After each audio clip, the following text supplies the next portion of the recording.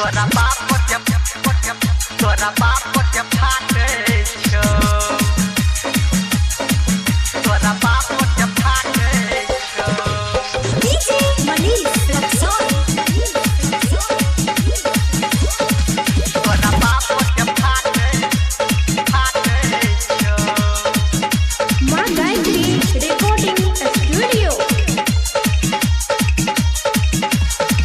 हम करब बियाह के कोना तोहर अगुआ काटै छो हम करब बियाह के कोना तोहर अगुआ काटै छो सुन गोरकी गे बात ना सुन पतरकी गे ओहो सुन गोरकी गे हमरा से तोरा बाप के फाटै छो सुन गोरकी गे हमरा से तोरा बाप के फाटै छो सुन गोरकी गे हमरा से तोरा बाप के फाटै छो डीजे मनीष रक्सौल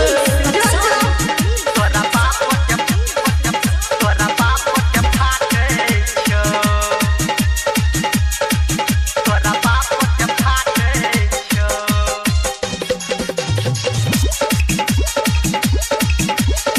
सिंह धर्मेंद्र निर्मलिया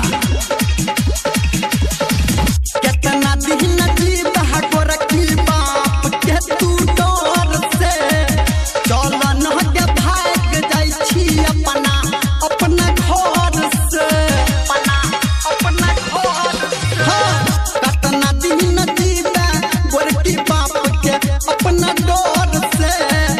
चल न के भाग जाइ छी अपना घर से तोहर माई खेलै छौ खेला तोहर भैया छाटै छौ सुन गोरकी गे की सुन पतरकी गे बात ना सुन गोरकी गे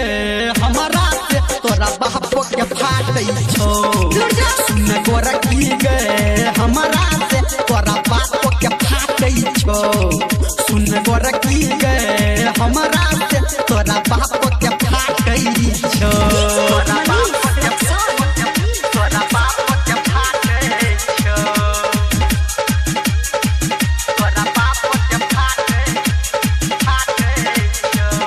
अभी आप सुन रहे हैं सावरिया म्यूजिक